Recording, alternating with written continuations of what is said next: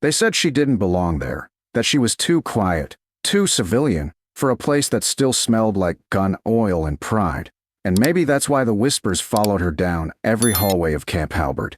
But that was before anyone saw the letter. Before someone finally broke the wax seal on a classified envelope stamped SDORNWATCH. Do not disclose, and found her name printed inside. If you believe respect isn't earned through noise, but through proof, make sure to like and subscribe. Because this story, like hers, starts with silence and ends with every man in that room standing at attention. My name's Ava Pierce, and at 28, I walked into the most hostile room of my career, not on foreign soil, but right here, inside my own Navy. They told me it was a joint training review, but the truth was simpler. They didn't expect me to last. The moment I stepped through those steel doors, every head turned. A sea of men in uniform, smirks ready, eyes calculating. Sergeant Mason, tall, lean, the type who thought volume was leadership, leaned against the wall and muttered, "Guess recruitment's getting creative." The others chuckled, and I just nodded, set my duffel down, and said, "Lieutenant Pierce, reporting for evaluation." That word, evaluation, made him pause. But not for long. "Evaluation?" he scoffed. "You're here to observe, ma'am, not interfere."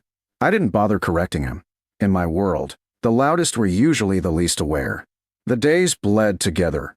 Wake before dawn, run till your lungs burned, drills that stretched into darkness. They called it conditioning. I called it observation. I watched how Mason barked orders like he was trying to convince himself he was in charge.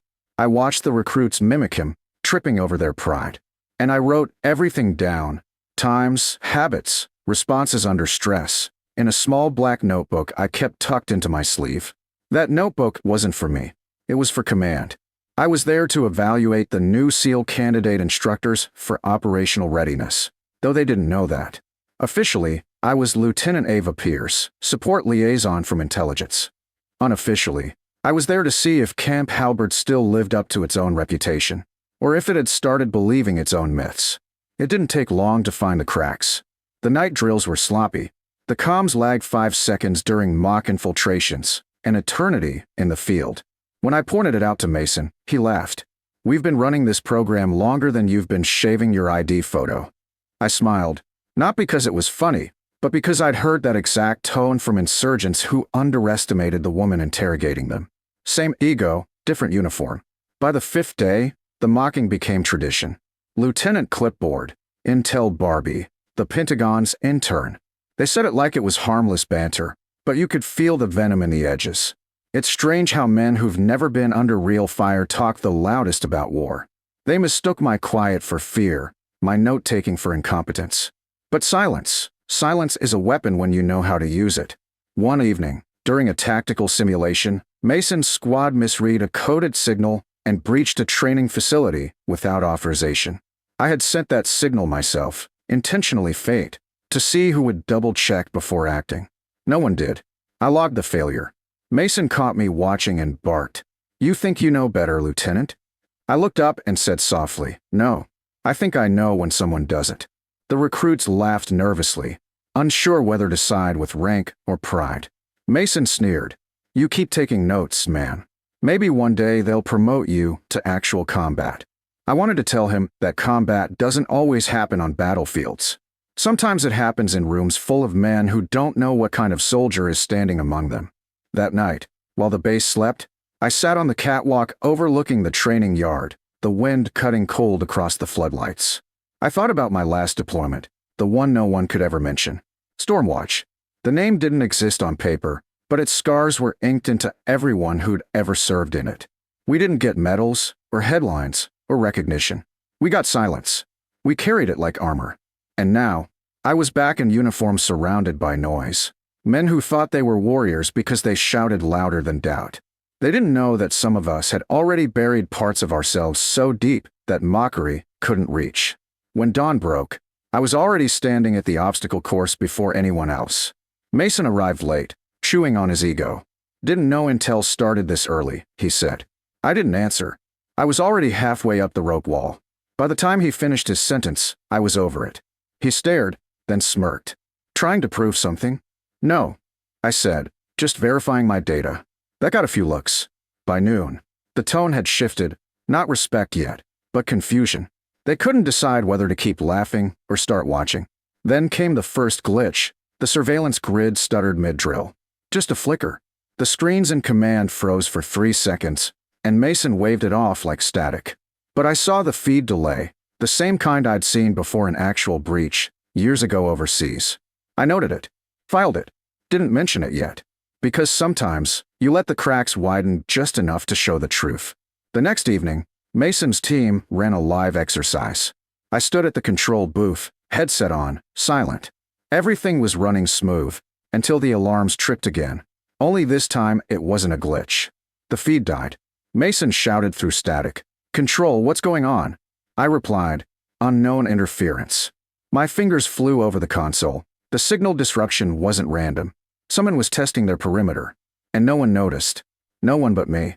"Keep your positions," I ordered. Mason barked back. "We don't take orders from intelligence." I didn't respond. I switched to a private frequency, the one only a handful of people in the Navy even knew existed. "This is Pierce, code Echo 5, possible intrusion test live at Halberd. Stormwatch protocol check." The line went quiet. Then a male voice, calm, steady, unmistakably command level, broke through. "Lieutenant Pierce, confirm your position. This is Orion 6. My stomach tightened. Commander Retcade. I hadn't heard that call sign in years. He was the only SEAL who ever said my name with both authority and respect. The line buzzed again. "Stormwatch operative confirmed. Stand by for engagement directive." I froze for half a second, not from fear, but from what that meant. Someone, somewhere, had triggered a live scenario that wasn't supposed to exist. And now command knew I was in it. The room behind me filled with confused chatter. Mason's voice broke through the noise, demanding answers. I turned, meeting his stare, and said evenly, "Get your men ready. This isn't a drill anymore." He blinked, thrown off by the certainty in my voice. "What are you talking about?" he snapped. "Who are you talking to?" But I didn't answer him. Because deep down, I already knew the next words I'd hear over that encrypted channel would change everything.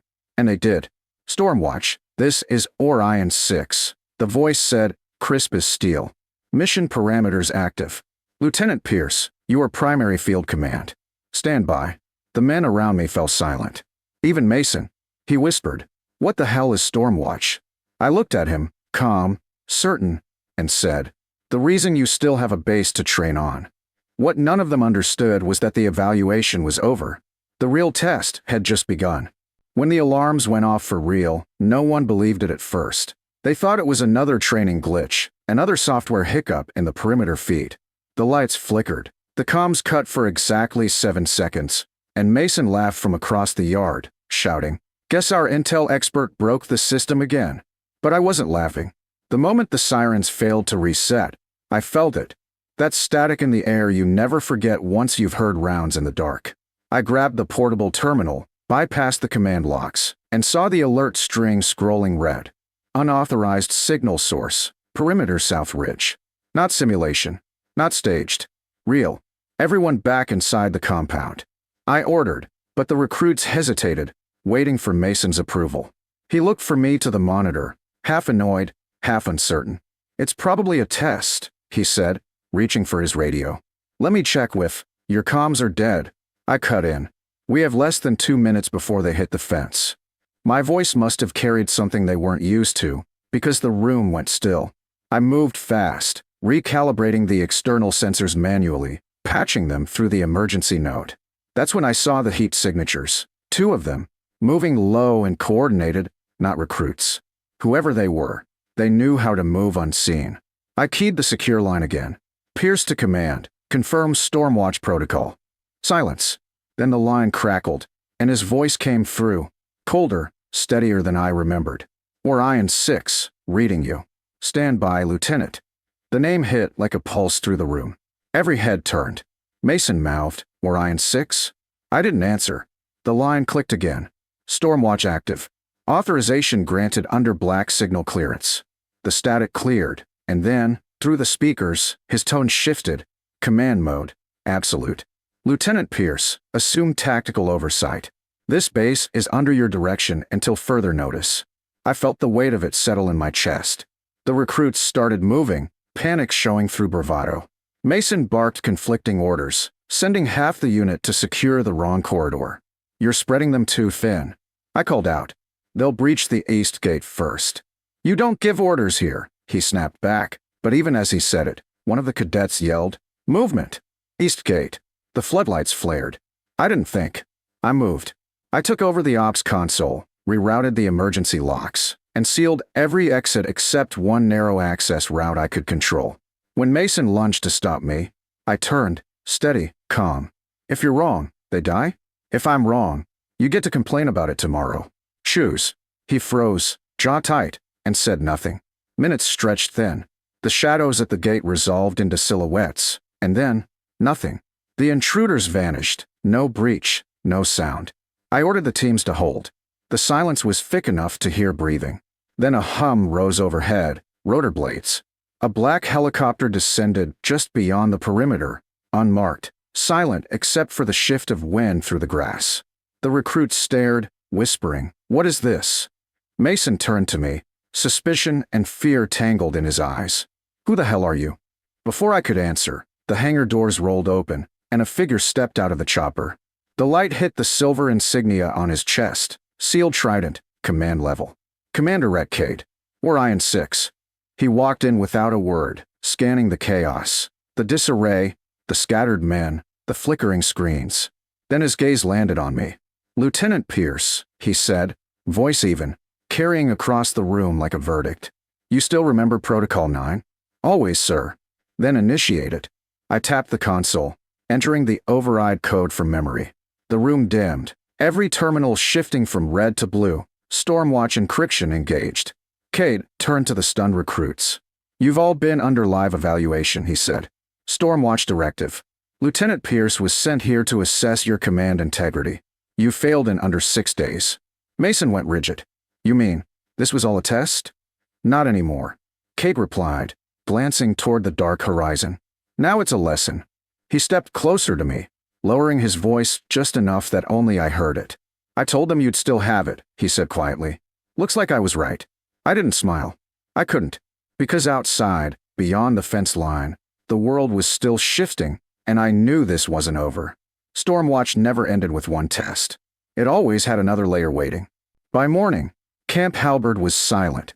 Not the usual disciplined quiet, but the kind that follows after truth detonates in a place built on pride. The recruits stood in formation, the air heavy with shame and exhaustion. They'd spent the night rewiring every system, restoring every panel, fixing what they'd ignored until someone else had saved them from their own complacency. Commander Cade stood at the front, hands clasped behind his back, and beside him, me, Lieutenant Ava Pierce, the woman they'd mocked, doubted, written off.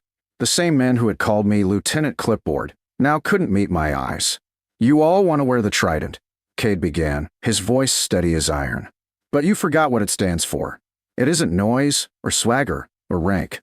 It's precision, integrity, and respect, especially for the ones who've already bled to teach you those words."